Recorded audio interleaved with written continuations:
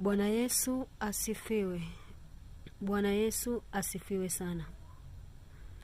Neno la Mungu linasema katika kitabu cha Kutoka 33 mlango ule wa 14. Neno la Mungu linasema, uso wangu utakwenda pamoja nawe, nami nitakupa raha. Tupo mwishoni mwa mwaka 2025 kuelekea kuupokea mwaka mpya wa 2026.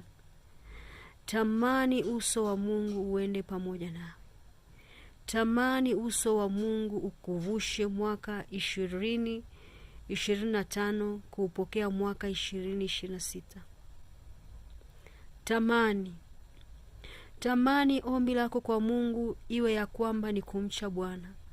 Kwa sababu katika Mithali 8 mstari wa 17 neno la Mungu linasema, ninawapenda wale wanipendao, na wale wanitafutao kwa bidii wataniona.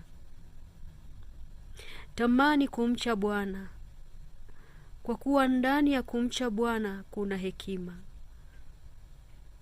kuna utajiri, kuna uzima, kuna unyenyekevu. Tamani kumcha Bwana. Ukizidi kumuomba Mungu ya kwamba uso wako Mungu uende pamoja nami, uende pamoja na uzao wangu, uende na vizazi vyangu, uende na kila ninalolifanya, uende na kila hatua kwenye maisha yangu. Uso wako Bwana uende nami kuingia 2026. Neno la Mungu katika Joshua 1 mstari ule wa 9 linasema ya kwamba, je, si mimi niliyekuamuru? Uwe hodari na moyo wa ushujaa, usiogope wala usifadhaike, kwa maana mimi Mungu ni pamoja nawe.